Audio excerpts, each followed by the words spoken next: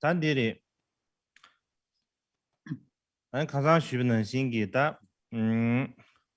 Jadi inilah dia, sebagaimana saya sebutkan kemarin,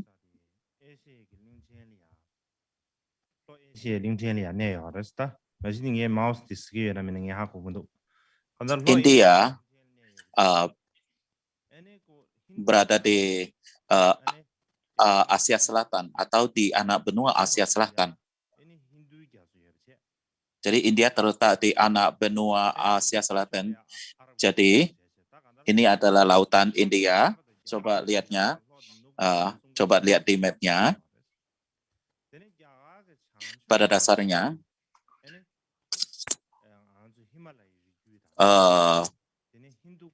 timur dan barat ia berbatasan dengan lautan, dan kemudian di utara ia berbatasan dengan pegunungan Himalaya dan juga gunung Kush, Hindu Kush. Jadi ia seperti pegunungan. Jadi ia seperti misalnya satu katakanlah ya pola yang mandiri kalau kita berbicara secara geografis. Jadi India memiliki semua kondisi yang menyebabkan ia menjadi suatu negara yang mandiri. Jadi sebagaimana kita ketahui bahwa Himalaya adalah merupakan pegunungan yang sangat tinggi sekali, dan ia selalu ditutupi oleh salju, dan oleh karena itulah untuk mengikuti pegunungan Himalaya untuk berhubungan dengan dunia luar itu adalah sangat sulit sekali. Dan kemudian ketika kita berbicara tentang Northern Eastern Timur Laut, maka Timur Laut, maka ada ngarai di pegunungan memisahkan Assam dan dari Burma. Jadi terdapat ngarai ataupun jurang di sana yang sangat dalam sekali.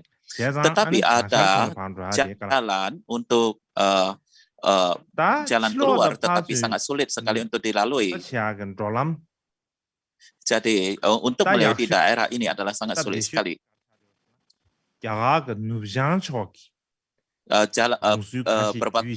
Beberapa jalur terbaik yang terbaik masuk ke India adalah perbatasan barat laut yang mana terdapat lewat khususnya adalah berbatasan dengan Pakistan.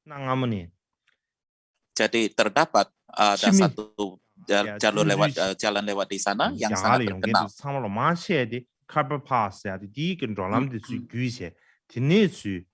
Di masa lampau, kebanyakan daripada para penyerang ataupun orang-orang itu menyerang dari daerah sini, pas ini, atau jalur lewat ini. Jadi ia adalah merupakan jalur yang sangat penting untuk menjadi jalur untuk lalu lintas dalam hal secara kunonya. Artinya jalan ini adalah pas yang sangat penting sekali dalam sejarah kunonya. Berikutnya saya akan menunjukkan alasan kenapa saya mempertunjukkan hal ini adalah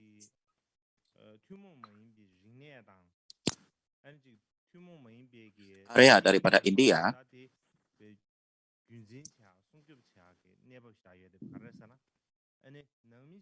secara geografis ia mempertahankan budaya di dalam, karena ia sangat sulit sekali untuk berhubungan dengan dunia luar dan sangat sulit untuk keluar ataupun masuk. Jadi ini adalah situasi yang perlu kita mengerti atau pahami. Jadi hal berikut yang ingin saya sampaikan adalah ini tentang Sungai India. Kita menyebut alasannya kita menyebut India sebagai India atau Hindustan adalah karena adanya Sungai Indus. Sungai Indus ini disebut sebagai Sindhu dalam bahasa Sanskerta, dan di bahasa Tibet yang disebut kira-kira artinya adalah aliran dari mulut singa, dan ia berasal dari Gunung Kailas. Jadi mengalir dari sisi barat Gunung Kailas di Tibet.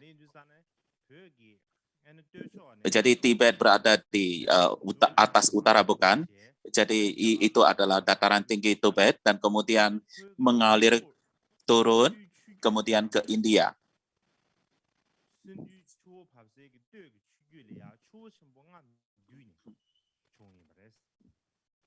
Dan di bagian atas di daerah itu terdapat 5 sungai yang menggabung di dalamnya. Itulah daerah itulah yang kita sebut sebagai Punjab, seperti yang sudah saya jelaskan di depan. Jadi area itulah disebut sebagai Punjab. Jadi ini adalah merupakan daerah yang luas. Dan kemudian mereka menggabung ke Sungai Indus yang kemudian mengalir ke laut. Jadi seperti yang saya kemarin sebutkan, jadi hal penting yang perlu kita ketahui dari hal ini adalah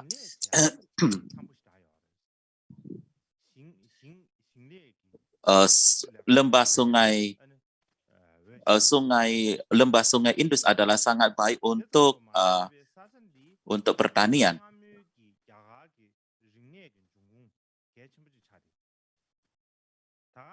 Dan juga ia adalah merupakan daerah yang tempat yang sangat penting untuk budaya kuno India dan juga adalah penting untuk koneksi dengan hubungan keluar karena seperti alasan yang saya sebutkan, karena banyak sekali penyerang itu lewat melalui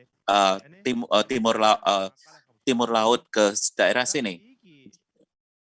Karena sangat sulit sekali bagi mereka untuk melalui arah yang lain. Jadi itulah daerah Punjab, itu dekat dengan Khyber Pass.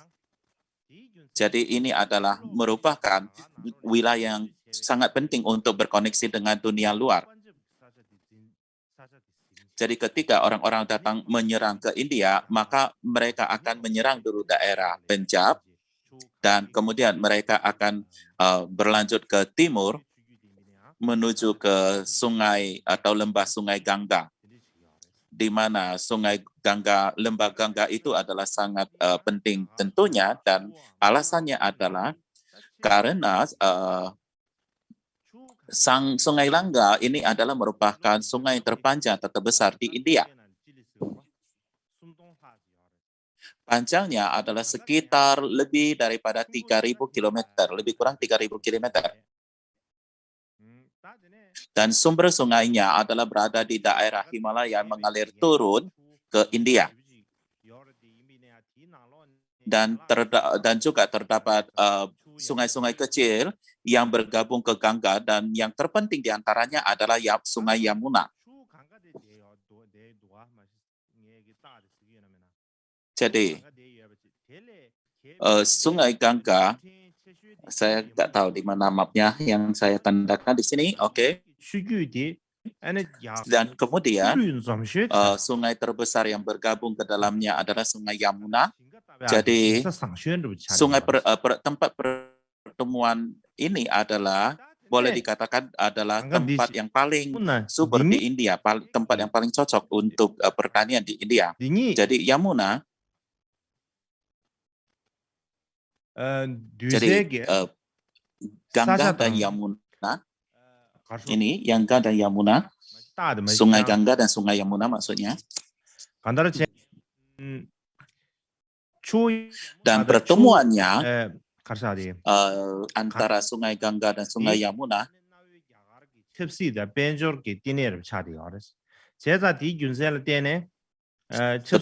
menjadi pusat seperti tempat perdagangan, politik, dan budaya kuno India.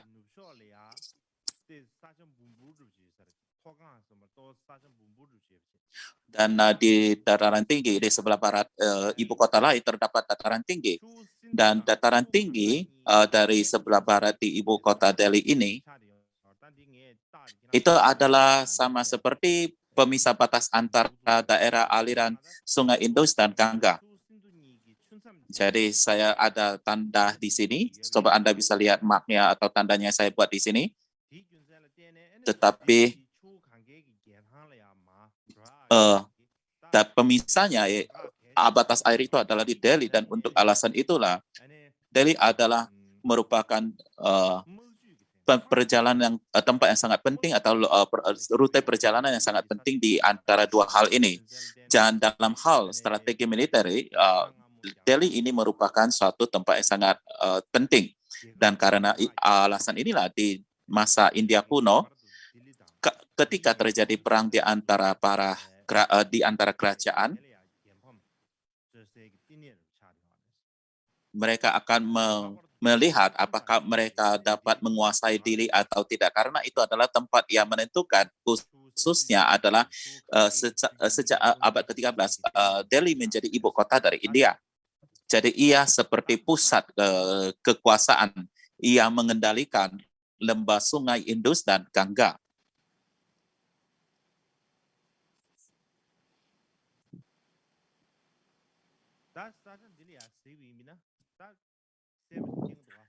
Jadi kita melihat area ini, kita bisa melihat dengan jelas, bukan? Perhatikan mapnya atau petanya. Jadi bagaimanapun juga India dikelilingi oleh apakah samudra ataupun pegunungan.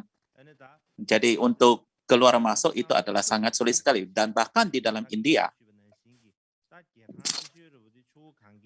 semua attitude-nya tidaklah sama.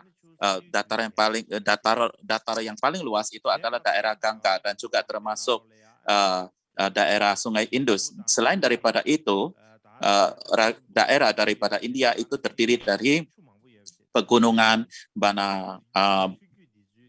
dan juga sungai-sungai. Jadi ketika kita melihat pada teks kemudian dari agama, teks-teks agama, jadi kita bisa melihat itu adalah sangat sulit sekali untuk travel dari satu wilayah dan wilayah lain. Oleh sebab itu, maka dalam satu perspektif, bila mana kita memikir dari satu perspektif yang positif, pegunungan dan sungai itu menciptakan satu perbatasan yang alami. Dan ini mengizinkan semua budaya politik dan sebagainya untuk tetap bertahan. Kalau kita berpikir daripada sisi negatif, dari perspektif yang berbeda,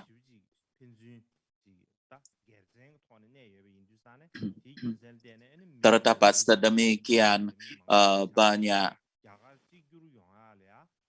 daerah untuk tempat orang tinggal, jadi terdapat sedemikian banyak suku, orang hidup dan sebagainya, sehingga sangat sulit sekali untuk menciptakan kesatuan di India. Dan ini semata-mata disebabkan karena masalah geografis. Jadi ini adalah hal penting bagi kita untuk mengerti, memahaminya.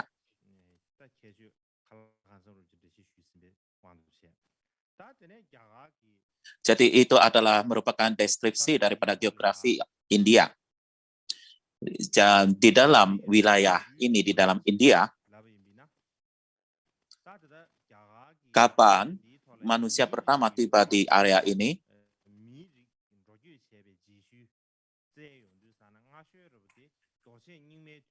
Bukti awal manusia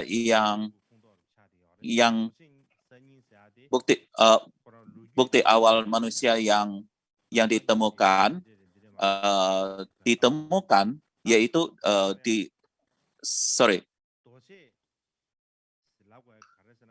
maksudnya gini, bukti awal manusia tiba di area benua itu berasal dari periode Paleolitik ataupun zaman batu. Jadi disebut Paleolitik karena mereka disebut sebagai zaman batu. Kenapa? Karena mereka tidak bisa menggunakan alat-alat lain selain daripada batu, dan oleh sebab itu disebutlah zaman batu dan disebut juga zaman periode atau periode Paleolitik. Dan di area ini, jadi di daerah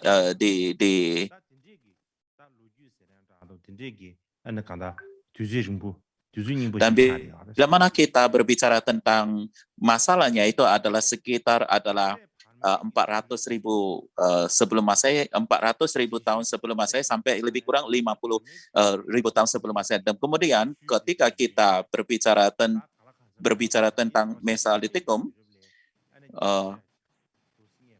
kita juga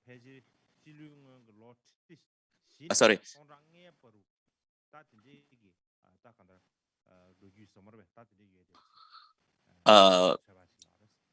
Ya, itu terdapat daerah lebih luas di mana ditemukan peninggalan arkeologisnya.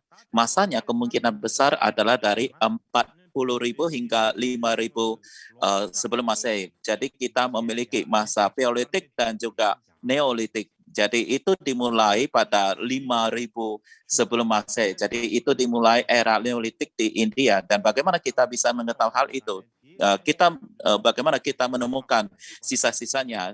Itu adalah kita menemukan artefak-artefak yang kita bisa melihat dan bisa memperhatikannya. Dan ini ditemukan di wilayah yang lebih besar daripada Mesolitik.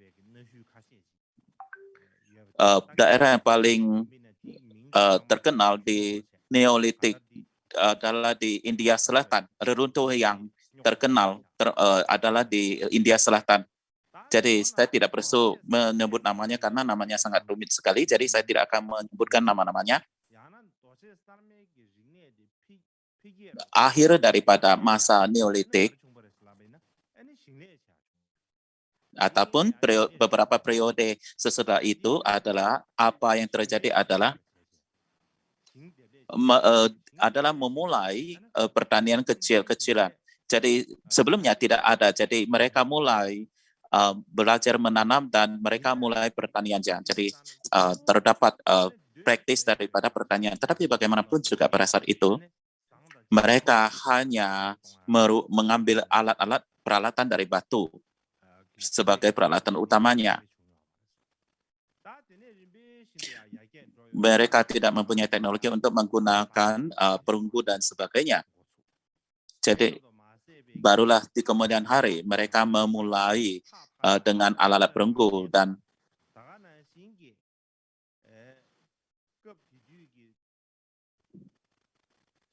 pada saat itu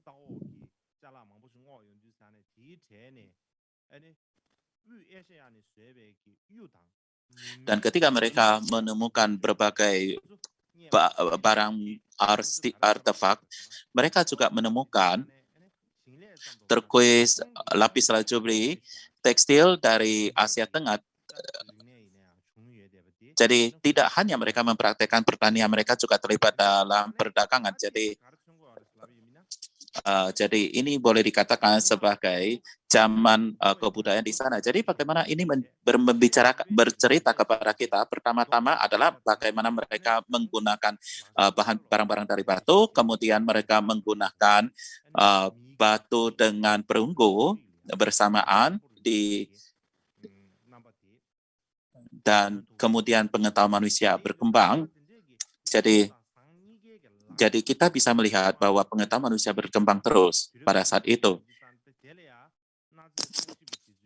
Jadi pada saat itu mereka menggunakan batu dan perunggu saat bersamaan. Jadi apa yang disebut arkeolog menyebutkannya, jadi ini adalah sebagai perabatan pra-Harappa. Jadi kemarin saya ada menyebutkannya, jadi ini adalah sebagai perabatan daripada Harappa awal ataupun pra-Harappa, perabatan pra-Harappa.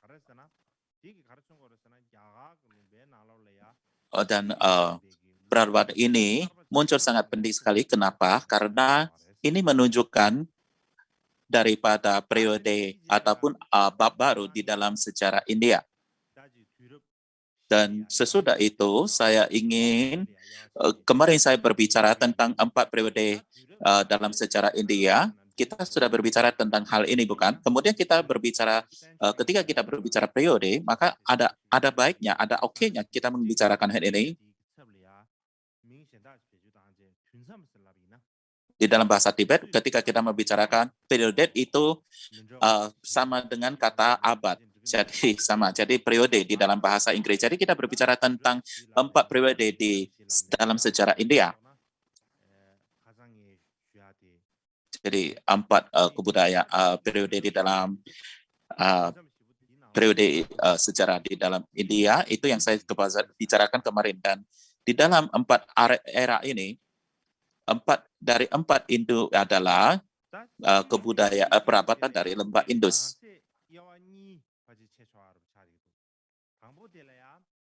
Dan kemudian kita dapat membagikan hal ini menjadi 2.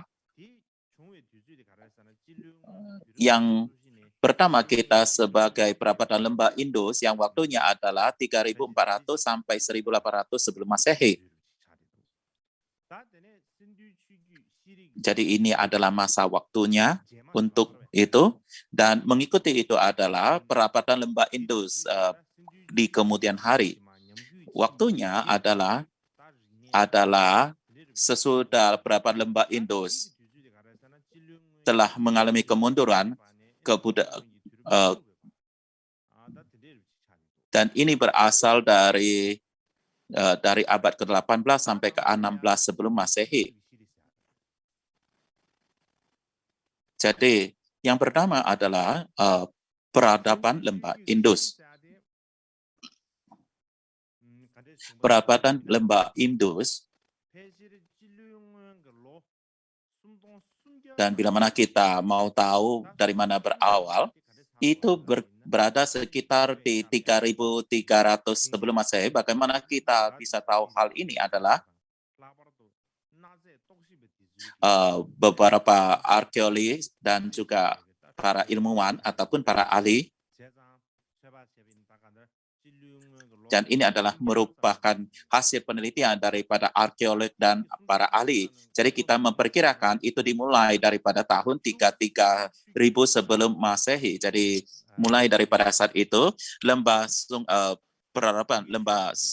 Sungai Indus atau perabatan lembah Indus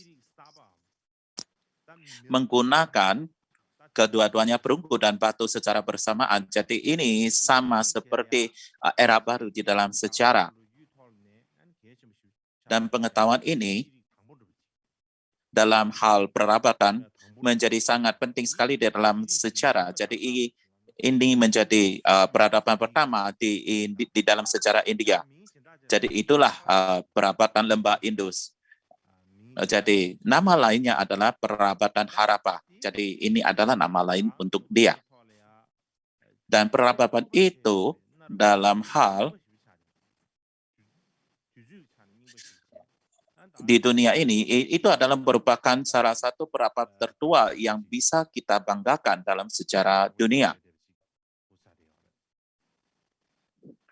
Ini adalah sesuatu yang sangat luar biasa dan secara perabatan yang sangat luar biasa sekali. Dan kemudian perabatan lembah Indus sama sekali awalnya tidak ada yang mengetahuinya. Dan kapan kita mulai mempelajarinya? Tidak terlalu lama lagi, tidak terlalu dulu. Apa yang terjadi adalah pada tahun 1921 sampai 1922,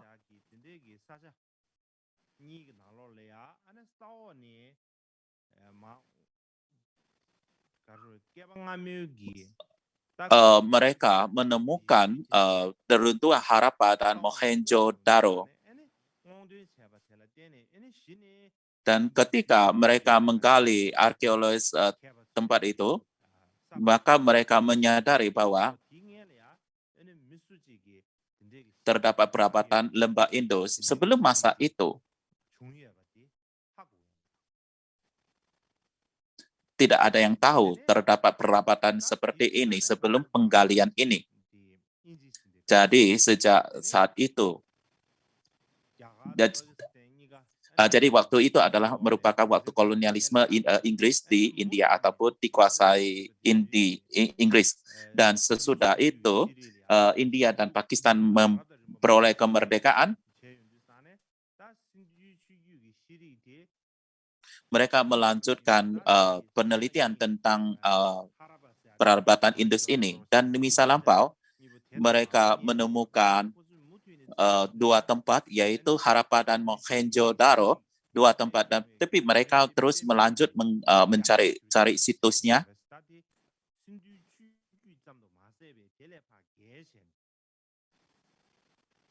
dan mereka menemukan bahwa areanya itu sangat luas sekali daripada perabatan ini. Dan ia benar-benar meliput suatu wilayah yang sangat luas sekali. Jadi ini adalah petanya.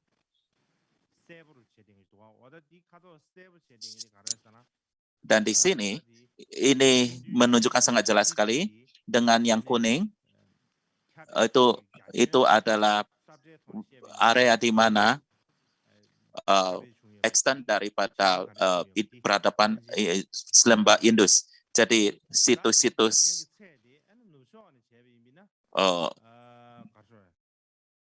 itu adalah situs-situs yang memiliki perabatan lembah Indus.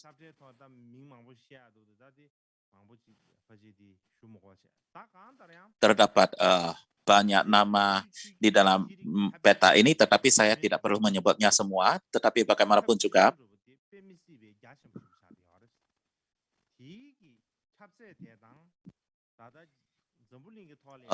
perabatan lembah Indus itu mencakup daerah yang luas sekali, dan di antara perabatan tua di dunia, ia lebih besar dari perabatan Mesopotamia kuno dan juga Mesir kuno. Mesopotamia dan Mesir kuno adalah merupakan perabatan yang sangat terkenal, bukan? Tetapi area yang di-cover ataupun diliputi oleh perabatan lembah Indus jauh lebih besar daripada dua area yang di-cover oleh dua budaya itu, yaitu Mesopotamia dan Mesir kuno. Dan untuk alasan itulah, ia merupakan satu area yang sangat luas sekali. Dan di area yang luas ini terdapat ratusan situs besar dan kecil yang ditemukan. Di antara mereka itu,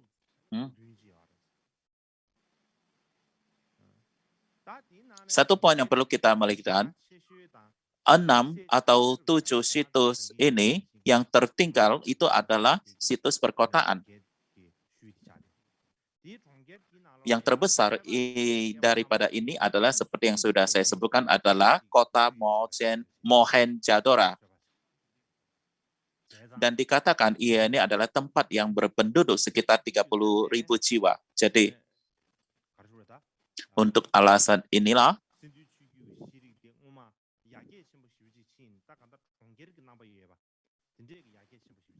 perabatan lembah Indus itu sangat berkembang sekali ataupun berkembang sangat tinggi sekali.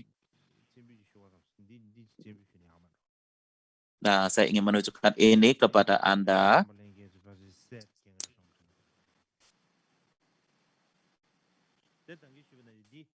Jadi kalau saya tunjukkan ini mungkin lebih jelas sebagaimana yang saya jelaskan sebelumnya. Ini adalah Harappa, situs Harappa, dan ini adalah situs Mohenjo-daro. Ini adalah reruntuhan daripada Mohenjo-daro.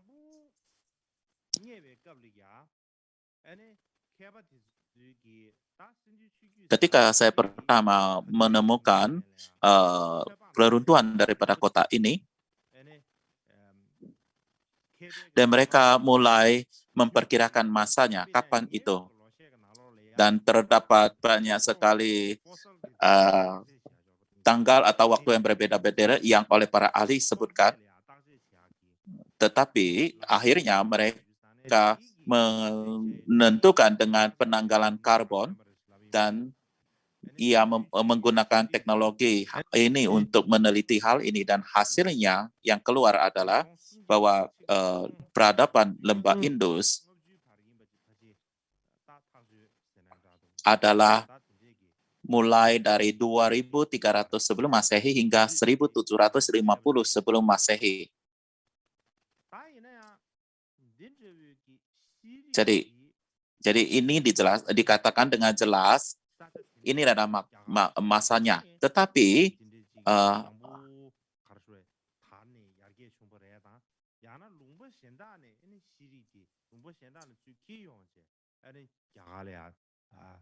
Apakah ini sudah ada di India saat itu, atau ada orang yang bawa kebudayaan ini masuk ke India pada saat itu? Jadi penelitian lain memiliki hasil ataupun opini yang berbeda tentang hal ini. Jadi secara formal, ini seperti beberapa dekade yang lalu, para ahli berpikir bahwa kebudayaan ini atau perabatan ini pasti dibawa dari luar India ataupun dimasukkan dari luar India. Dan itulah, tetapi akhirnya mereka melakukan penelitian aja, maka banyak ahli yang mengatakan bahwa peradaban ini, orang-orang yang mendirikan ataupun menciptakan peradaban ini adalah penduduk setempat dari area itu dan bukan dibawa dari luar. Tidak ada sumber yang menunjukkan hal itu. Para ahli mengatakan yang menunjukkan bahwa itu dibawa dari luar. Jadi orang-orang yang tinggal di di sana itu, kalau kita berpikir dengan hal itu, apa yang kita temukan? Itu adalah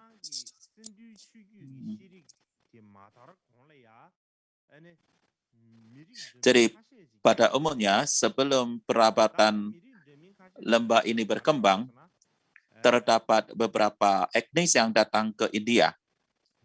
Ketika berbicara tentang beberapa etnis yang berbeda, yaitu ada orang Dravida, terdapat juga orang Kloraria, dan juga orang suku Munda. Jadi terdapat kelompok etnik yang berbeda dari luar India ke India. Dan mereka datang ke India beberapa ribu tahun sebelumnya, dan di antara ini yang datang ke India beberapa ribu tahun yang lalu dan tinggal di India untuk sudah lama tinggal di sana, dan mereka itulah menjadi orang India. Jadi itulah orang-orang yang paling lama tinggal di India, dan di antara itu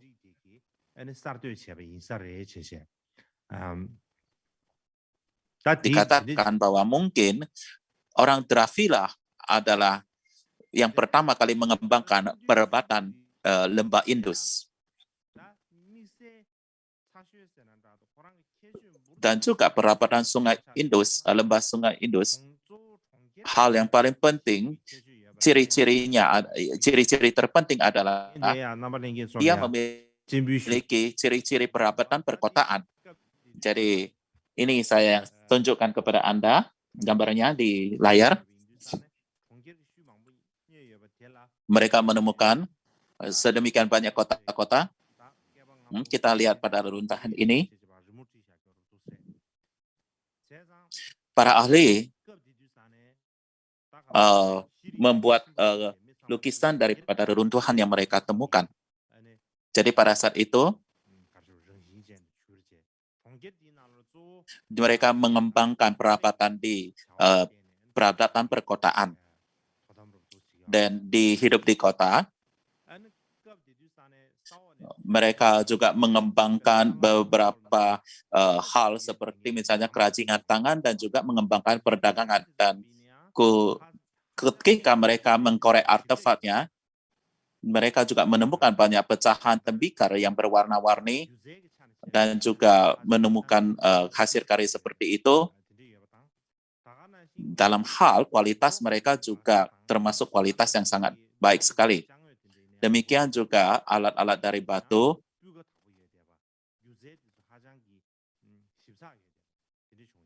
juga memiliki kualitas yang sangat tinggi sekali.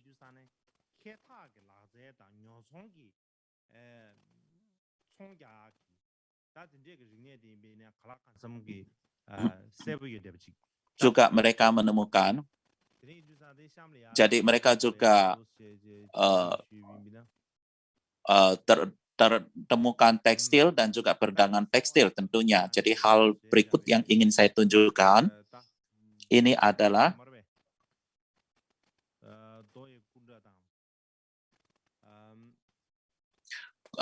patung batu yang digali.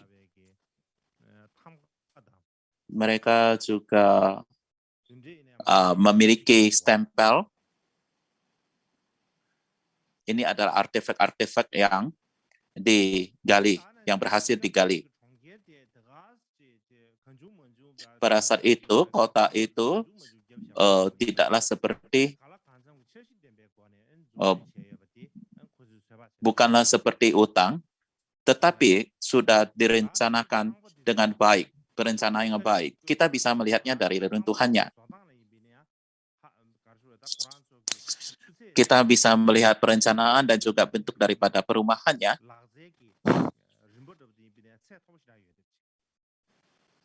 Kita bisa melihat terdapat banyak teknologi yang tinggi. Contohnya adalah dindingnya yang sangat bagus sekali. Mereka tahu bagaimana membangun dindingnya.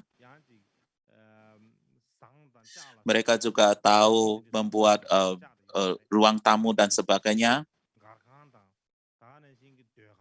Ruang pertemuan.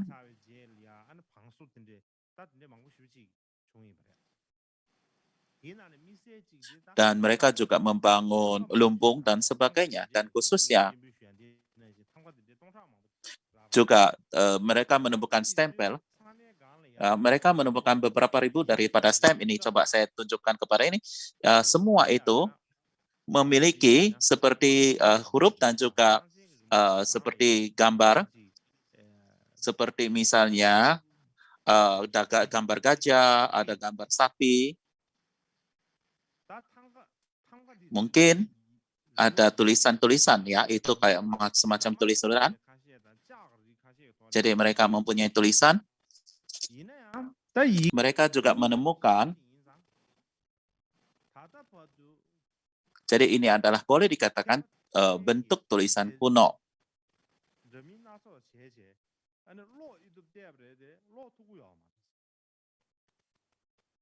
Banyak sekali penelitian telah berupaya keras, tetapi sampai saat ini mereka tidak dapat menguraikan tulisan ini.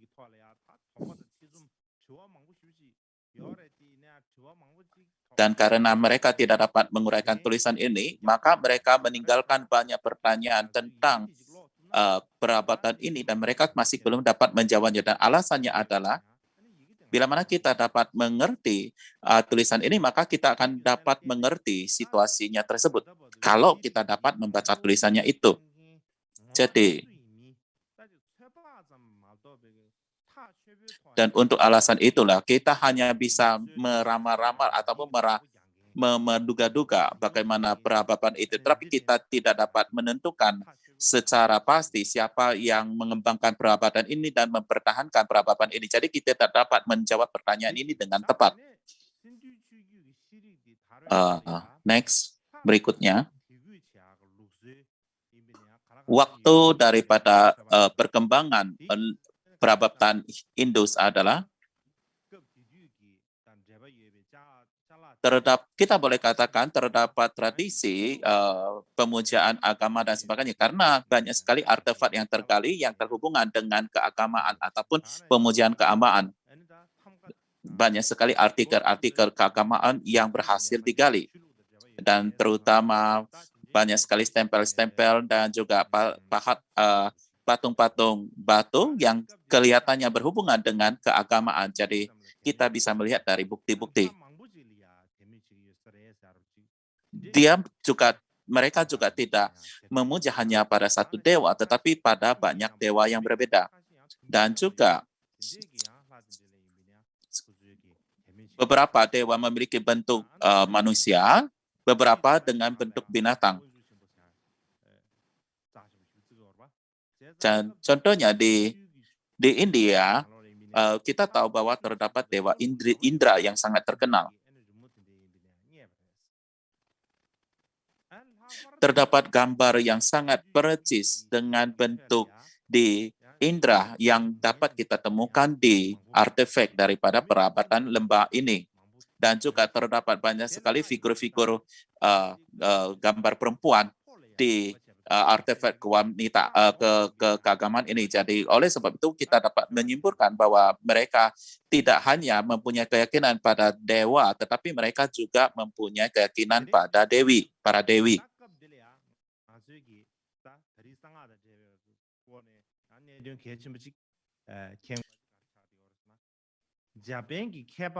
Jadi sangat penting bagi kita untuk memahami bahwa perkembangan sehubungan dengan perkembangan daripada mantra rahasia. Terdapat seorang ahli dari Jepang yang bernama Yoke Manusdewa. Ia sangat terkenal, adalah seorang ahli yang sangat cendekiawan yang sangat terkenal di dalam wajahan mantra rahasia.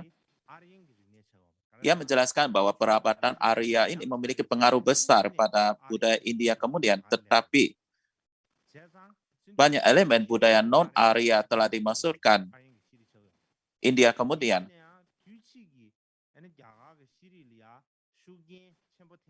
Jadi boleh dikatakan perabatan Indus ini bukanlah perabatan Arya karena ia sudah ada lebih dalam. Jadi boleh kita mengatakan bahwa orang Arya mempengaruhi sangat besar dalam perabatan India, tetapi kita boleh mengatakan bahwa perabatan lembah Indus memiliki perabatan yang pengaruh yang sangat besar dalam perabatan India, terutama di dalam mantra rahasia. Terdapat banyak sekali kita bisa menemukan bahwa banyak sekali elemen-elemen budaya non-Arya telah dimasukkan ke dalam mantra rahasia Vajrayana. Inilah yang disesuaikan oleh cendekiawan daripada Jepang ini. Dan apa itu nanti akan kita bicarakan di kemudian hari. Saya rasa hari ini kita akan istirahat sampai di sini dulu. Kita akan istirahat setengah jam dan kita akan lanjut lagi.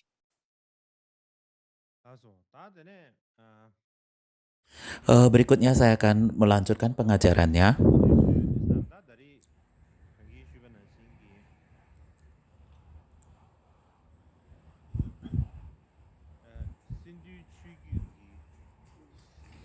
Kita telah berbicara tentang perabatan dari lembah Indus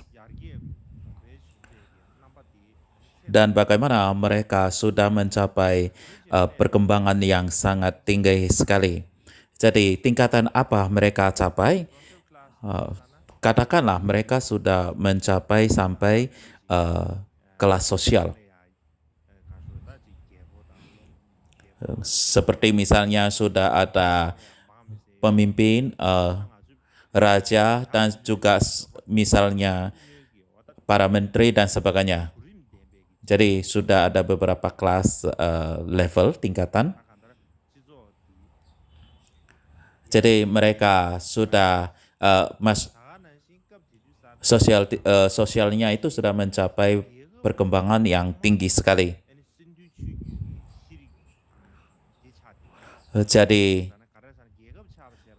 Jadi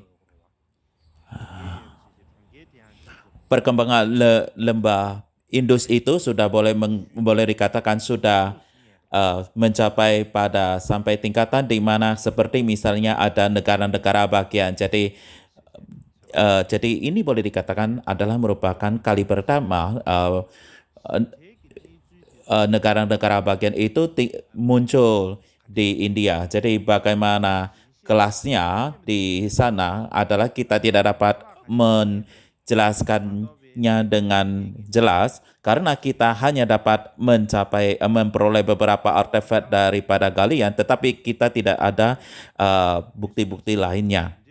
Jadi tidak ada orang yang tahu pada awalnya bahwa terdapat ada perabatan lembah Indus karena tidak ada catatan sejarah. Hanyalah kemudian ketika artefak itu berhasil digali, barulah orang menyadari, oh ternyata di masa lampau terdapat suatu perabatan dan bukan hanya perabatan, tetapi sudah mencapai tingkatan yang sangat tinggi sekali. Jadi di sanalah baru ada mulai ada barang-barang diberikan. Jadi pada akhirnya perabatan lembah Indus lenyap sangat cepat sekali. Dan kenapa ia menjadi lenyap? Beberapa ahli mengatakan selain daripada itu perabatan lembah Indus, beberapa ahli mengatakan itu terjadi karena invasi daripada orang-orang Aryan di sana sehingga perabatan lembah Indus itu selesai. Namun bagaimanapun juga belakangan ini sebagaimana para arkeologis meneliti dari artefak-artefak yang ditemukan, terdapat begitu banyak reruntuhan dan terdapat demikian banyak situs-situs, dan setelah mereka meneliti semua ini,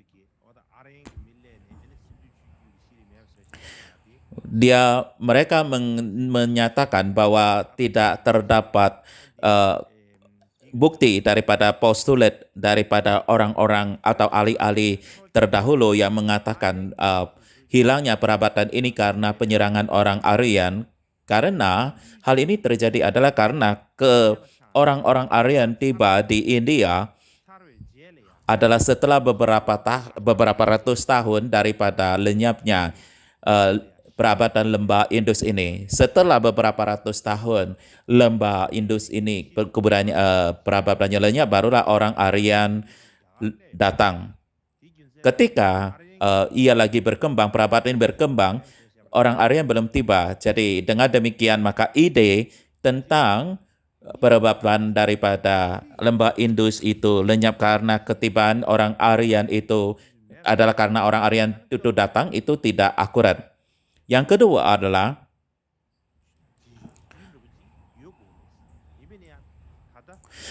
yang alasan kedua adalah bila mana kita mengatakan bahwa orang Aryan datang dan melenyapkan perabatan lembah itu pasti akan terjadi perang. Barulah bisa terjadi lenyapnya. Tetapi kalau kita meneliti daripada artefak-artefak itu, maka kita tidak ada menemukan bahwa adanya bukti terjadinya pertempuran ataupun peperangan dengan orang Aryan tersebut.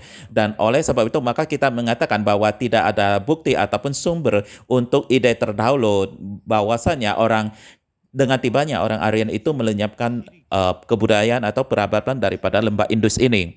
Bagaimanapun juga,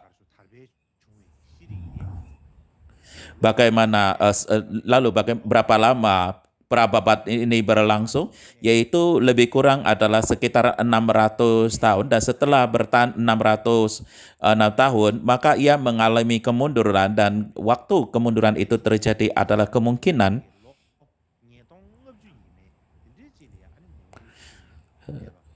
sekitar pada tahun 1750 tahun sebelum Masehi.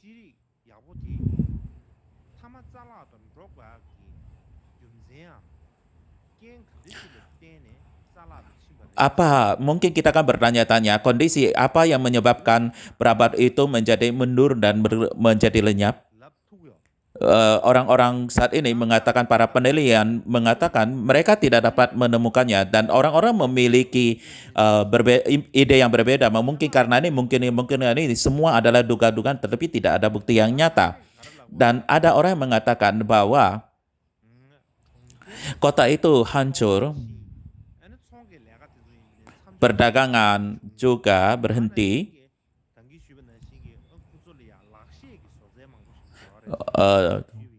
Juga dulunya ada kerajinan tangan seperti pot-pot ataupun semuanya, dan semua itu juga mengalami kemunduran. Dan juga orang-orang yang tinggal di sana juga telah menyebar ke beberapa area, dan pada akhirnya perabatan tersebut mengalami kemunduran besar dan akhirnya lenyap. Dan di satu area, yaitu Lothar, ini adalah kata Cina, tetapi saya tidak tahu bagaimana menyebutkannya, mungkin Lothar, dan di area tersebutlah budayanya terus bisa berlangsung atau bertahan di sana. Lebih lama sedikit, tetapi di tempat-tempat lain perabatan itu mengalami kemunduran dengan sangat cepat sekali. Dan adapun alasan kenapa ia mengalami kemunduran sedemikian cepat adalah banyak sekali orang-orang ahli mengatakan bahwa disebabkan karena perubahan iklim, cuaca berubah, iklim berubah. Dan karena disebabkan itulah, maka perabatan itu mengalami kemunduran. Mengapa mereka mengatakan ini? Karena ketika mereka melihat sisa-sisa artefak yang ada, ia melihat terjadinya ada tanda-tanda kebanjiran dan juga kerusakan-kerusakan lainnya. Jadi kelihatannya terdapat satu kali terjadi kerusakan lingkungan, dan kerusakan lingkungan sangat besar sekali, dan banyak sekali orang-orang yang mungkin mati dan meninggalkan kota tersebut.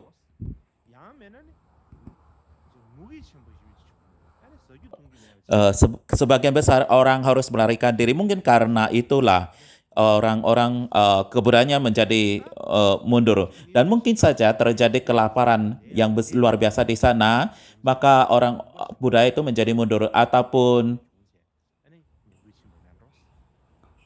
mungkin saja terjadi kekeringan yang merusak tanaman dan sebagainya, sehingga orang tidak dapat lagi bertahan lagi di sana, sehingga orang-orang pergi meninggalkan tempat tersebut. Tetapi hal yang utama adalah karena perubahan daripada iklim dan juga perubahan cuaca.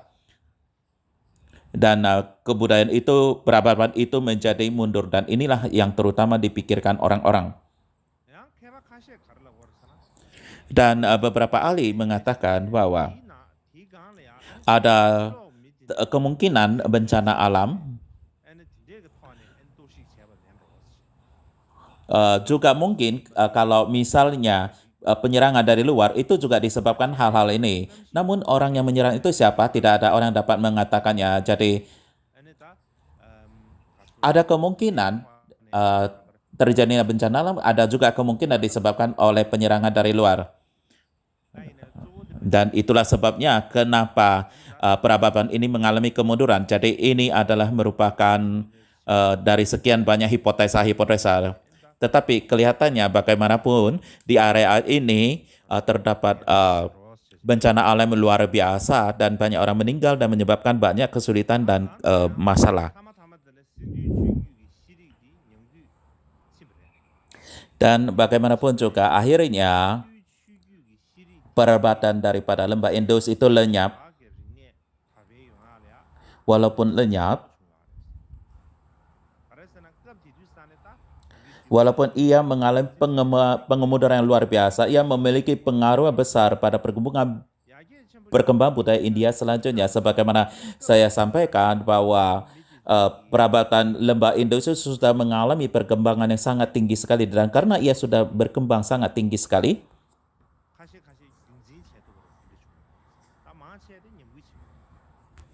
orang-orang yang di sana dapat mempertahankan beberapa aspek daripada kebudayaan tersebut.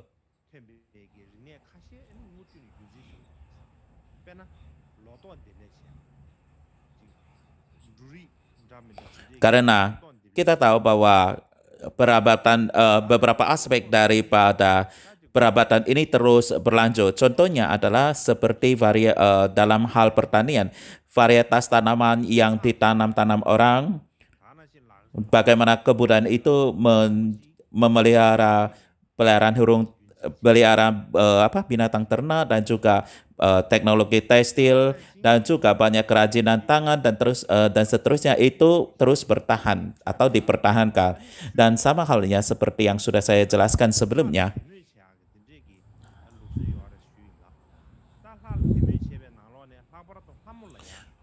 terdapat satu tradisi daripada keagamaan memuja dewa, terutama adalah dewi-dewi, sebagaimana yang saya sebutkan. Dan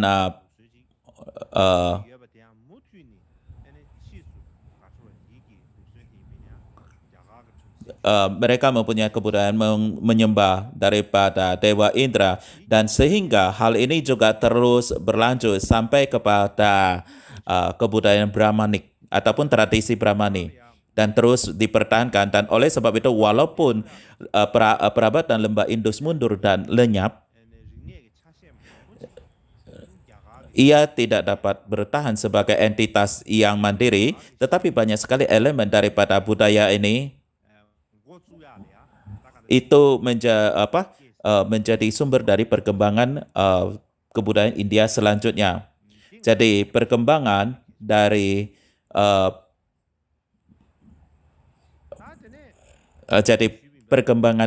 budaya India selanjutnya mempunyai perabatan lembah Indus ini memiliki pengaruh yang sangat besar sekali.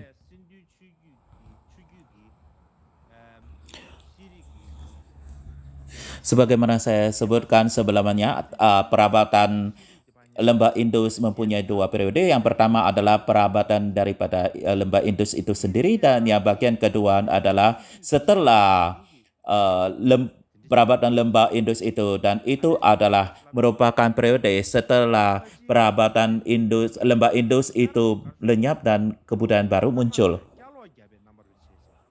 Ia tidak seperti demikian berkembang sebagaimana daripada perabatan lembah Indus, tetapi apa yang terjadi pada saat itu adalah mereka mencoba untuk mengulangi apa yang terjadi di periode yang sebelumnya.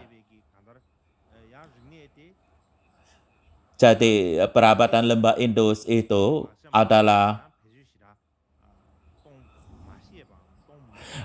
itu sudah masuk ke dalam boleh dikatakan zaman daripada perunggu, tetapi setelah masa daripada perabatan Indus, lembah Indus itu budaya yang terjadi di sana adalah tidak lagi memiliki perkembangan teknologi tersebut, dan mereka tidak mengetahui bagaimana menggunakan alat-alat daripada logam, dan mereka tidak tahu bagaimana menggunakan alat-alat metal, dan oleh sebab itu maka budaya baru itu bukanlah budaya urban atau perkotaan yang seperti dulunya. Sebelumnya itu adalah merupakan perabatan urban yang sangat berkembang. Setelah itu, setelah mereka mundur, maka yang muncul adalah perabatan daripada pedesaan.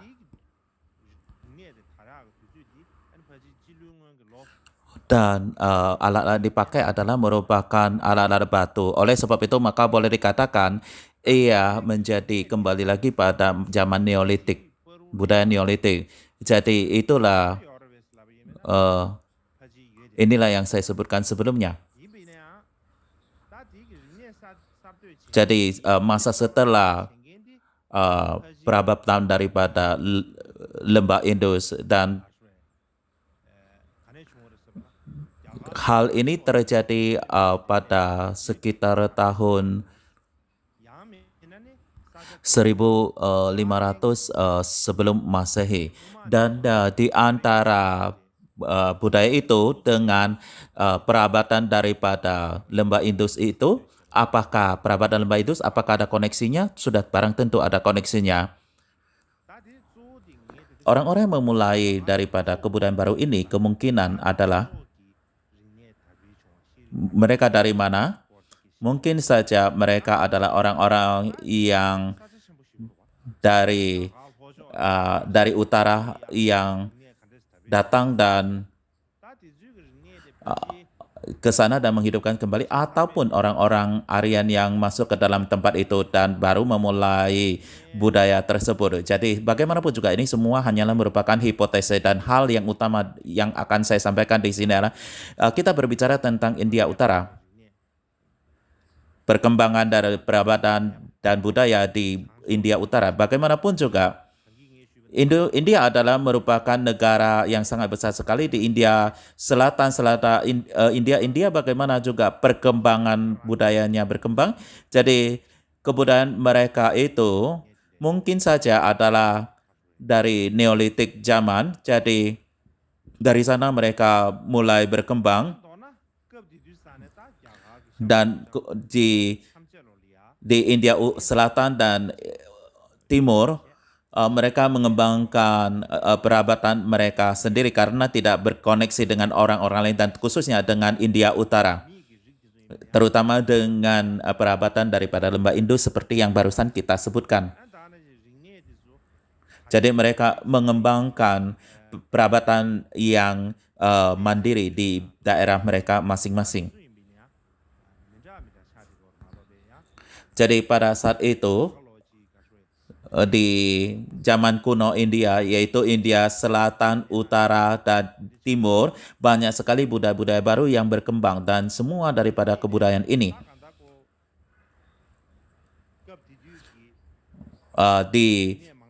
ditemukan ataupun dibangun oleh orang-orang dari grup-grup etnik yang berbeda dari asal-usul yang berbeda. Dan semua budaya ini mencapai tingkatan-tingkatan perkembangan yang berbeda-beda. Jadi bukan satu budaya berasal daripada sumber yang sama dan mencapai tingkatan yang sama, tidak seperti itu.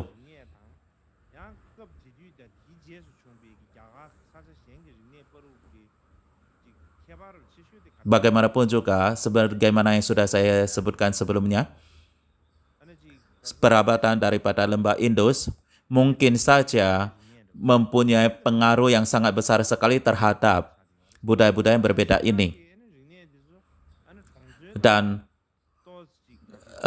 dengan alasan ini, masih ada yang bisa melanjutkan elemen-elemen daripada perabatan lembah Indus ini. Tetapi perabatan daripada lembah Indus ini dan budaya-budaya yang kebudayaan berkembang belakangnya di tempat-tempat lain, ada perbedaan di sana karena lembah Indus itu berkembang sangat tinggi sekali. Ia sudah merupakan perabatan dari urban ataupun perkotaan. Dan kebudayaan di daerah-daerah lain adalah merupakan kebudayaan perdesaan. Jadi boleh dikatakan lebih kurang berkembang dalam hal ini. Jadi itu adalah periode pertama daripada era yang pertama. Jadi era daripada perabatan lembah Indus. Dan sekarang kita pada periode kedua. Periode kedua adalah sangat penting sekali. Periode kedua adalah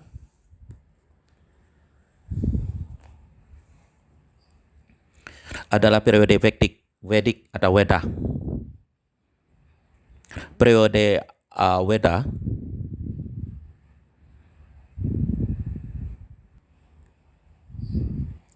periode kedua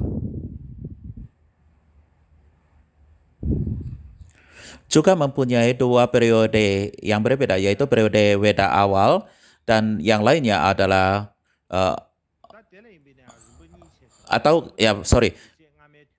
juga disebut periode awal Veda, juga boleh disebut sebagai juga perabatan Punjab. Yang kedua adalah periode Weda akhir. Jadi ia juga disebut periode perkembangan daripada filsafat, dan itu adalah dari 11 sampai abad ke-11 sampai 6 sebelum Masehi.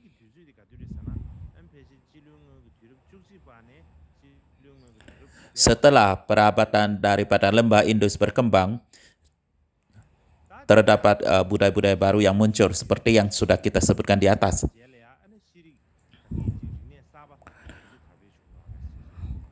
Lalu apa? Ada sedikit kesalahan di sini.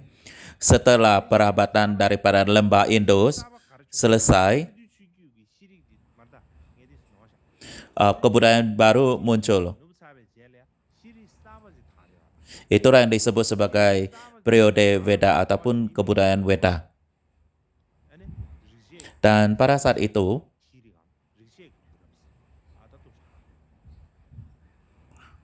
terdapat perkembangan yang besar bagaimana orang berpikir, dan apa yang terjadi di sana, kenapa terjadi adalah karena banyak sekali filsafat yang berkembang pada saat ini. Pada saat itu, seperti yang sudah sebutkan, terdapat dua periode Veda awal dan periode Veda akhir. Sebelum kita berbicara tentang periode Veda, kita perlu untuk memahami siapa orang yang mendirikan daripada budaya ini, yaitu orang Arya yang mengembangkan daripada perabatan ini. Sebelum kita berbicara tentang orang-orang Arya, maka kita perlu untuk melihat kepada peta dulu. Ini petanya.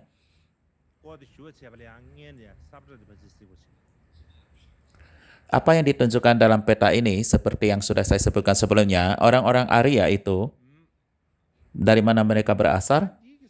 Mereka berasal daripada luar India, kemudian mereka migrasi ke India, dan ketika mereka tiba, setelah lenyapnya daripada perabatan lembah Indus, setelah 200 atau 300 tahun setelah lenyapnya budaya itu, barulah mereka tiba. Dan ketibaan mereka di India melalui jalur yang dilewati seperti yang sudah saya sebutkan, dan di masa kuno jalan utama ke India adalah merupakan jalan utara sana ataupun jalur utara yang ada, di mana terdapat beberapa pas yang berbeda. Jadi mereka lewat ke sini sebelum mereka sampai ke India. Jadi mereka datang itu dalam secara bergelombang. Jadi mereka datang berkelompok-kelompok. Mereka datang di Tibet dan kemudian mereka tinggal di India. Jadi orang Aryan ini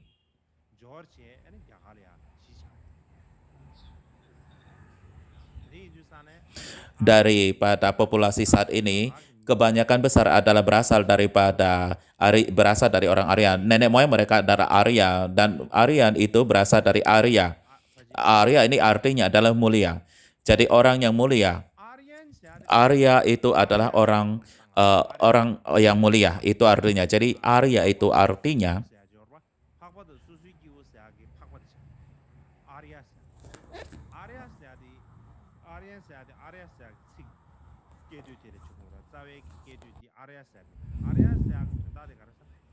berasal daripada bahasa Arya, dan Arya itu artinya lebih tinggi, ataupun bahasa Tibetnya adalah Phakpa, yang lebih tinggi. Dan dari mana ini berasal? Dan ini berasal dari teks Weda. Kata ini berasal dari teks Weda. Ketika mereka mengatakan Arya, orang-orang Arya, ketika mereka mengatakan aku adalah orang Arya, sama seperti misalnya saya adalah orang Tibetan. Jadi sama halnya, orang-orang Arya mengatakan bahwa saya adalah orang Arya. Jadi ini adalah nama yang diberikan kepada mereka sendiri, yaitu saya orang yang lebih mulia, saya dari suku yang lebih baik, saya orang yang lebih tinggi, lebih hebat, lebih mulia. Ada beberapa ahli yang mengatakan sesungguhnya makna daripada Arya artinya memiliki keyakinan ataupun taat. Jadi ia mempunyai sumber makna sebegini. Dan apapun alasan mereka mengatakan demikian adalah bahwa orang Aryan itu menganggap dirinya adalah orang yang religius. Ia mengatakan bahwa saya memiliki devosi dan keyakinan pada para dewa.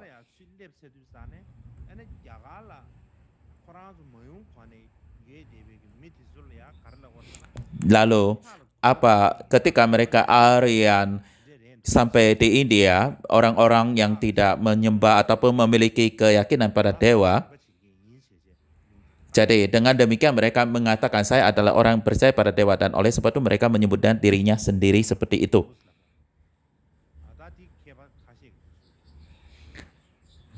Jadi ini adalah presumsi daripada beberapa ahli ataupun dugaan daripada beberapa ahli. Poin penting lainnya adalah beberapa ahli daripada Eropa di masa lampau. Saya belum menjelaskan di masa lampau. Beberapa orang ahli dari Eropa mengatakan Arya adalah merupakan nama daripada sekelompok etnis. Jadi seperti Tibetan orang Tibet, seperti orang Cina adalah suku Cina. Jadi demikian juga Arya itu adalah merupakan suku daripada Arya. Dan namun bagaimanapun juga di kemudian hari, apakah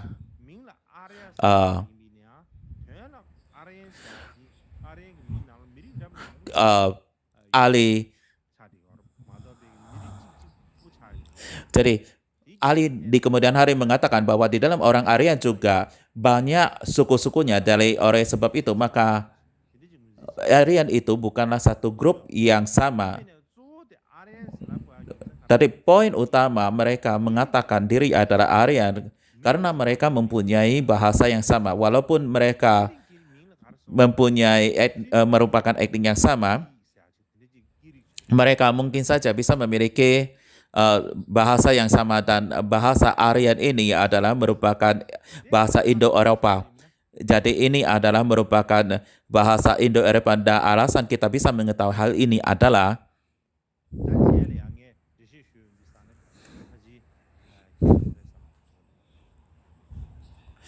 sesuatu yang bisa Anda mengerti setelah saya menjelaskan ini secara bertahap. Jadi orang Arya ini berasal daripada daerah Asia Tengah atau Asia Pusat. Jadi mereka berasal daripada Asia Pusat. Jadi itu ada yang kuning yang di tengah-tengah itu, gambar peta. Jadi asalnya mereka tinggal di sini di Asia Tengah, dan terutama mereka adalah orang nomadid atau nomaden. Dan kemudian 3.400 tahun yang 3.000 atau 4.000 tahun yang lampau, mereka terpisah menjadi dua grup. Salah satunya adalah pergi ke bagian Eropa saat ini, satu grup ke Eropa, dan mereka pergi ke benua Eropa, dan leluhur daripada orang-orang Eropa saat ini adalah merupakan orang Aryan ini. Dan grup yang lain adalah mereka pergi ke timur. Dan mereka yang pergi ke timur pergi ke Hindu Kush, pergunungan Hindu Kush, dan kemudian pergi sampai ke Afghanistan saat ini, dan sampai di daerah situ.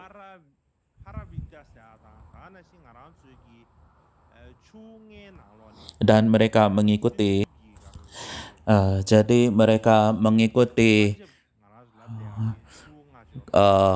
Sungai Haravi di Afghanistan, dan juga tiba di daerah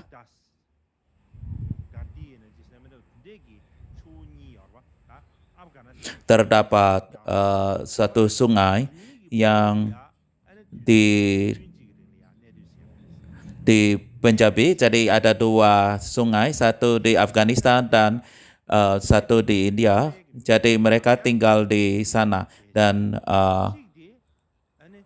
kemudian orang-orang tinggal di sana terpisah lagi menjadi dua grup. Salah satu grup itu adalah dari barat ke selatan,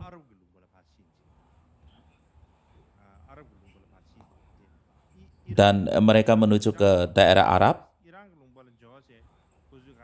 dan mereka sampai di Persia ataupun daerah Iran saat ini. Dan sampai di sana mereka mengembangkan perabatan daripada Persia. Jadi mereka orang-orang yang membangun perabatan daripada Persia, dan orang-orang sisanya menuju ke Tenggara dan menuju ke India. Maka mereka sampai di daerah Punjab, dan mereka tinggal di sana. Dan untuk alasan inilah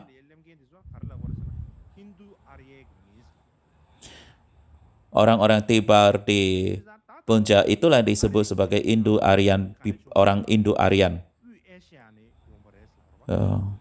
Jadi pertama kali orang Aryan asalnya adalah dari Asia Sentral, beberapa ke Eropa, beberapa ke Iran, dan kemudian beberapa ke India. Dan pertama mereka tinggal bersama-sama. Karena mereka tinggal bersama, maka mereka memiliki bahasa yang sama. Dan bahasa, ya, mereka orang-orang mempunyai satu bahasa. Ada yang ke Eropa, ada yang ke India, dan ada yang ke Persia. Sehingga induk bahasanya sebenarnya adalah sama. Oleh sebab itu, saya katakan bahasa Sanskerta dan juga bahasa Latin, bahasa Eropa sana berasal daripada rumpun bahasa yang sama dan karena mereka itu adalah merupakan grup etnik yang tinggal bersama di satu daerah. Dan karena mereka tinggal bersama, maka mereka harus bisa mengerti satu sama lainnya. Dan oleh sebab itu mereka harus menggunakan bahasa yang sama. Tetapi akhirnya mereka pergi ke daerah-daerah yang berbeda. Tetapi awalnya mereka memiliki bahasa yang sama. Dan karena masa itu berlalu demikian panjang, maka bahasa berkembang menjadi berbeda. Jadi ada yang pergi ke Iran, ada yang ke Eropa. Kita sudah tidak perlu menyebutkan hal-hal itu lagi. Yang kita perlu bicarakan adalah orang Aryan yang sampai ke India dan tinggal di daerah Punjab. Dan Punjab, kenapa disebut bahasa Punjab adalah Punjab itu adalah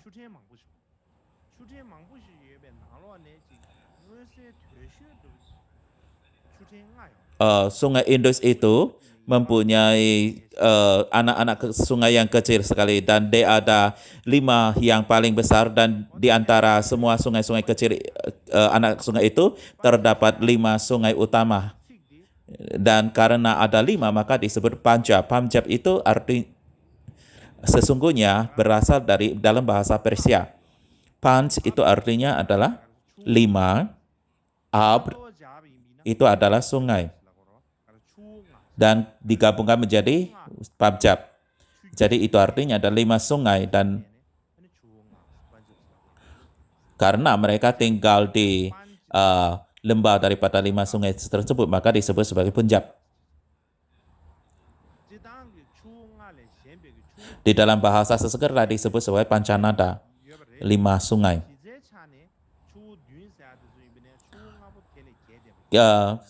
Kita mengatakan ada 5 sungai.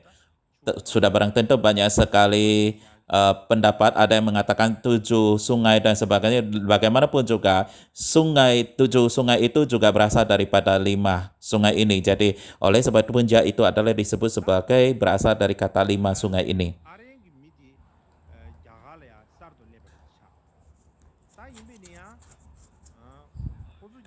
Jadi orang Aryan sampai di India, tapi sebelum mereka sampai di India,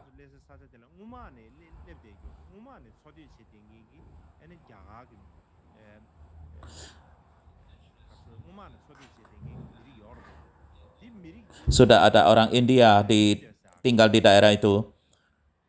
Grup itu adalah kelompok daripada orang-orang Dravidia. Tetapi orang Dravidia ini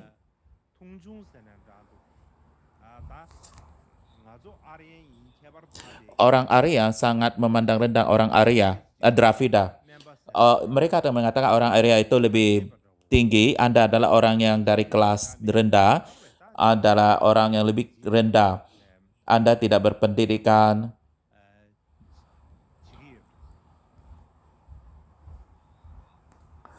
Jadi mereka mengucapkan mereka dengan kata demikian ataupun dan disebabkan karena itu gimana?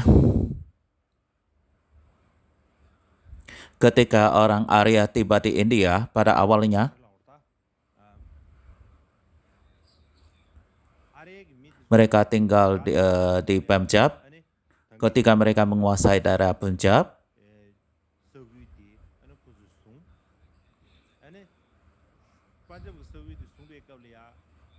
mereka mempunyai konflik dengan penduduk setempat dan terjadilah pertempuran.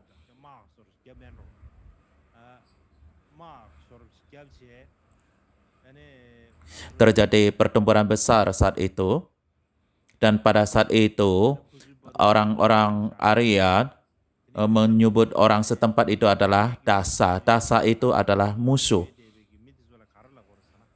Itu adalah seperti musuh yang kita perang.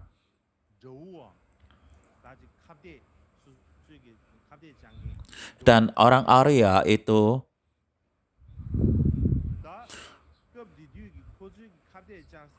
lawan daripada Arya adalah orang yang berkulit gelap dan ketika mereka berbicara dengan bahasa yang kasar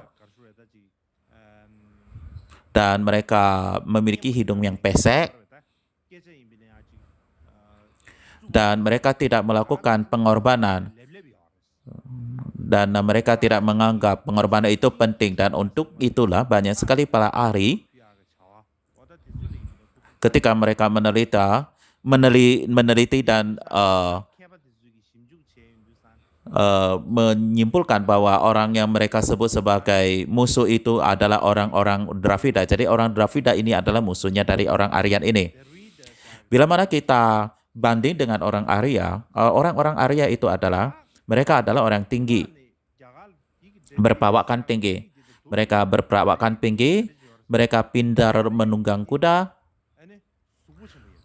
dan juga mereka memiliki kereta kuda dan mereka juga bisa karena mereka mengendarai kereta kuda maka mereka bertempur dengan lebih baik dan sedangkan orang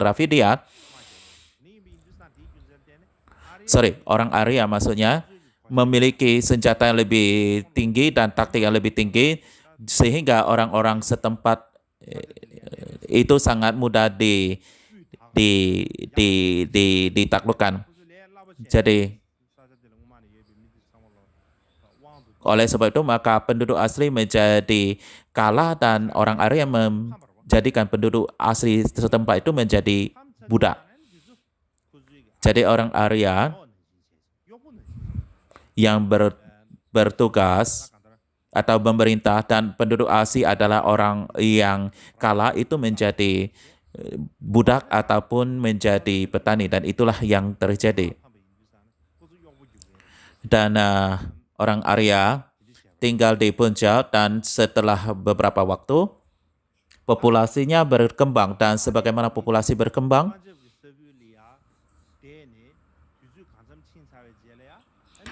mereka pindah ke daerah-daerah lain dan ketika abad ke-12 sampai ke-9 sebelum Masehi mereka berpindah-pindah sampai ke tempat ataupun ke sungai Gangga atau lembah sungai Gangga.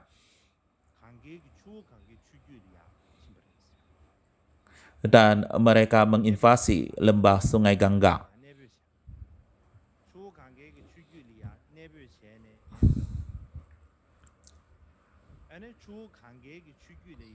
Dan mereka juga bertempur dengan orang-orang penduduk setempat daripada lembah sungai Gangga di sana dan mereka penduduk aslinya kalah lagi dan tidak itu saja. Gimana mengatakannya? Mereka juga mendirikan seperti misalnya negara bagian dan itu menjadi kayak pusat daripada perkembangan daripada peradaban. Dan bukan itu saja, orang-orang Arya itu daripada perspektif lain, ketika mereka tiba di satu daerah, mereka berperang dengan orang-orang setempat, mereka menaklukkan dan menguasai daerah tersebut, dan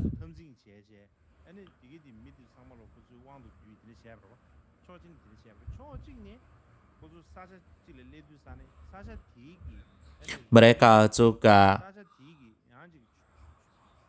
mengambil budaya-budaya terbaik daripada kebudayaan terbaik daripada daerah tersebut dan mereka menggabungkan dengan perabatan dan juga budaya mereka sendiri dan mengintegrasikannya menjadi budaya mereka sendiri. Dan untuk alasan itulah sebagaimana saya sebutkan sebelumnya, seorang Yuki Matsunaga, ahli daripada Jepang, mengatakan dan ia sesungguhnya adalah seorang biksu dari Jepang dan ia melakukan banyak sekali penelitian pada mantra rahasia dan apa yang ia katakan adalah orang-orang Arya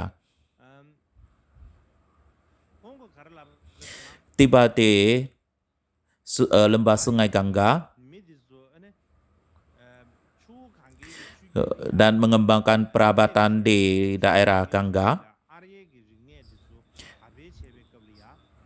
Mereka menggabungkan elemen-elemen dengan orang-orang budaya setempat dan keduanya berbaur. Jadi terdapat koneksi yang besar terjadi antara orang Arya dan penduduk setempat, dan kemudian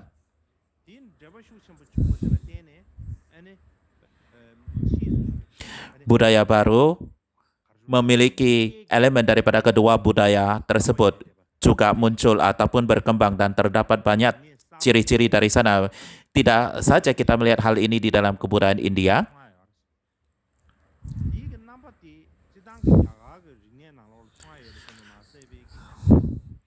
Hindu tidak hanya di dalam budaya India, kita juga bisa melihat di dalam mantra rahasia. Kita bisa melihat terjadinya kombinasi daripada beberapa budaya. Contohnya adalah di dalam mantra rahasia kita dapat beberapa deity yang berwajah murkar atau penampakan murka atau garang. Dan deity murkar ini bukanlah dari deity Arya. Itu bukan dari budaya Aryan. Ini sesungguhnya deity murka ini berasal daripada orang Dravidian. Jadi ketika kita melihat asal-usul daripada deity murkan ini, jadi ini adalah berasal daripada budaya Dravidian. Jadi ia muncul dari budaya Dravidian, dan kemudian di dinasti Gupta pada saat itulah kita berbicara tentang 5 deity murka dan sebagainya, barulah mulai berkembang di dalam wajah di abad ke-5. Di antara 5 deity murka ini kita ada seperti Wajrayaksha. Jadi Wajrayaksha ini, ketika kita berbicara tentang perabot lembah Indus, banyak sekali perpunjata para dewi.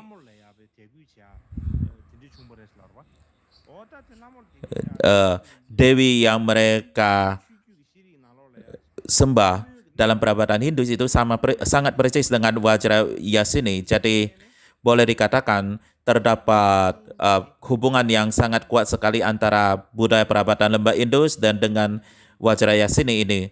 Demikian juga ketika kita berbicara tentang Panasawari dan juga Raja Waisyarana, dan ini bukan daripada budaya Arya juga.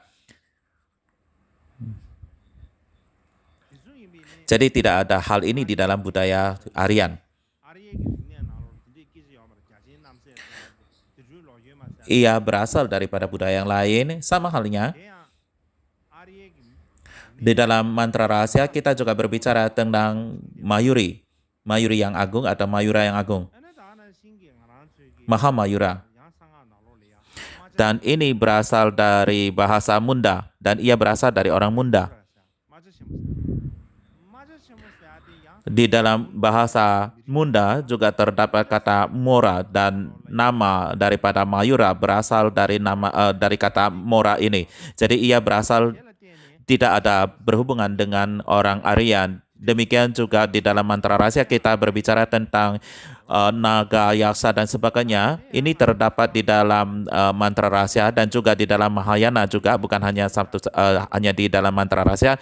Dan ini juga disebutkan di dalam ajaran Yana dasar juga, di dalam ajaran Theravada. Jadi orang Aryan tidak ada menyebutkan naga di dalam budaya Aryan. Tetapi di India terdapat kobra, ular kobra bukan? Dan mereka menganggap kobra itu sangat penting sekali dan seperti menjadi naga.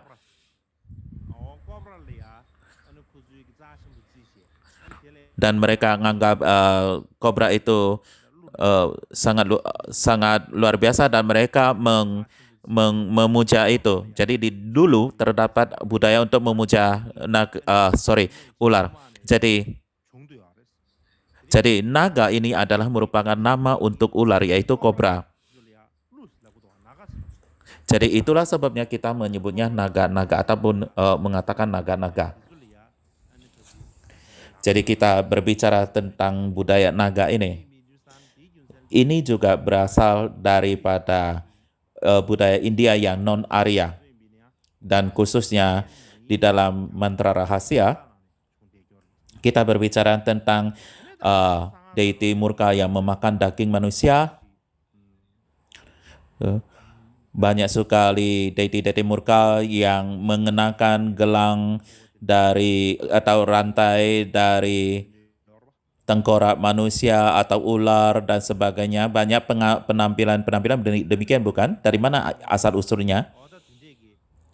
Ini adalah berasal dari orang Dravidian atau Dravida.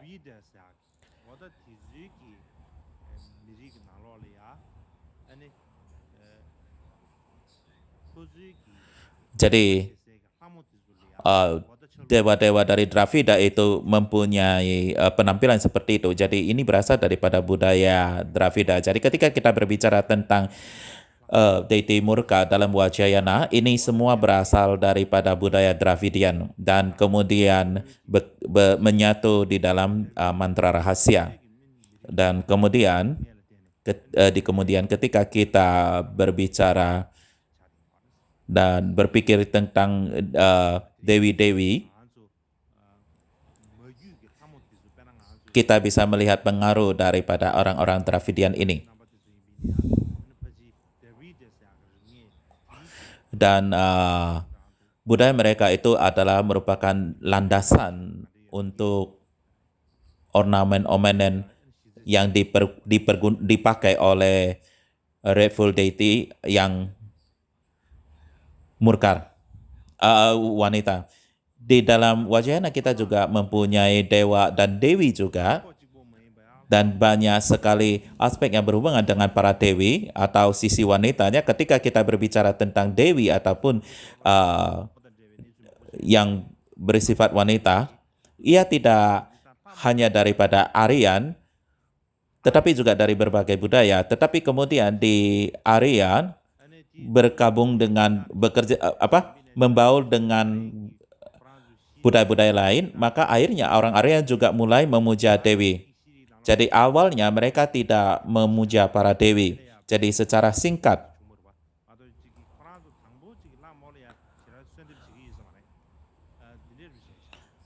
kita dapat melihat bahwa banyak sekali pengaruh non-Arya di dalam mantra rahasia.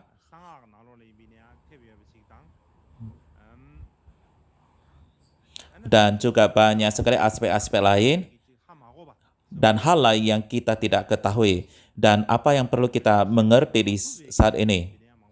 Jadi kita perlu untuk memahami dan pada saat ini kita mempunyai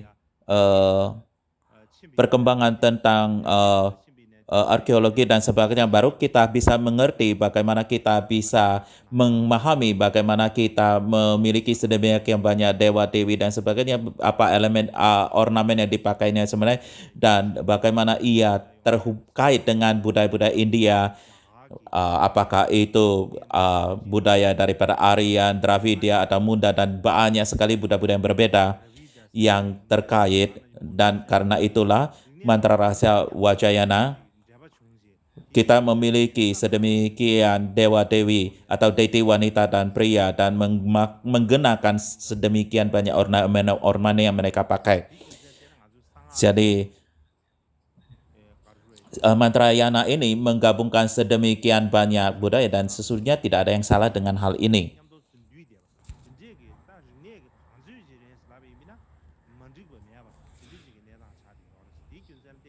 Dan untuk alasan itulah kita sebagai orang-orang beragama yang tertarik dalam Vajrayana, bukan hanya di dalam budaya, juga dalam filsafat, bagaimana hal ini semua adalah sangat penting sekali. Karena kita bisa melihat di dalam Vajrayana ini merupakan kombinasi daripada sedemikian banyak sejarah dan juga budaya dan juga filsafat, dan bukan hanya agama Buddha tetapi juga filsafat India kuno yang terkandung ataupun filsafat kuno yang terkandung di dalam Wajayana. Oleh sebab itu Wajayana itu adalah merupakan seperti misal pusaka daripada budaya India kuno. Ia mengandung sedemikian banyak elemen daripada budaya kuno. Jadi kita harus memikirkan itu. Jadi ketika kita berbicara tentang mantra rahasia ataupun Wajayana, kita berpikir tentang agama. Itu yang umumnya kita berbicara tentang devosi dan keyakinan. Tetapi kita tidak mengerti daripada signifikan daripada budaya India kuno, dan kita harus mengingat di dalam hal pikiran kita. Jadi ini seperti misalnya feature atau value daripada nilai daripada Wajayana. Jadi ini pada dasarnya. Jadi ketika kita berbicara tentang periode awal Weda,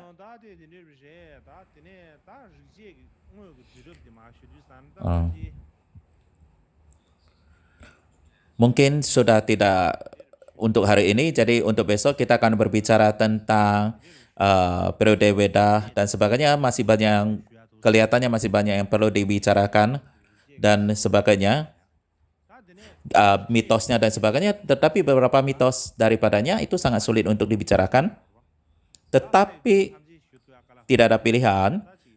Kita harus mengidentifikasikan beberapa deity dan kita bicarakan di dalam budaya Vedic karena ia adalah sangat penting sekali di dalam mantra rahasia, dan di dalam mantra rahasia khususnya kita memiliki deity-deity yang bagaimana ia menjadi deity di dalam mantra yana, dan oleh sebab itu budaya ini menjadi sangat penting sekali. Oleh sebab itu untuk besok dan lusa kita akan berbicara tentang Veda dan saya akan memberikan pengenalan untuk itu. Dan saat ini seperti saya sampaikan kemarin, saya bukan orang yang mempelajari sejarah dan boleh dikatakan tidak pernah belajar sejarah. Bila mana saya mengajar sejarah India, maka akan sangat sulit sekali. Bila mana Anda meletakkan posisi seperti itu. Tetapi tidak ada pilihan karena saya harus berbicara tentang budaya India. Karena bila mana kita tidak berbicara tentang budaya India, maka kita tidak akan bisa berbicara tentang sejarah daripada agama Buddha India. Dan bila mana kita tidak mampu untuk berbicara tentang sejarah Buddhis India, maka kita tidak dapat berbicara tentang sejarah daripada mantra rahasia yang merupakan bagian daripada agama Buddha. Oleh sebab itu maka saya memberikan satu pengenalan singkat tentang sejarah India, dan kemudian bagaimana barulah kita masuk kepada bagaimana agama berkembang dan bagaimana mantra rahasia itu berkembang.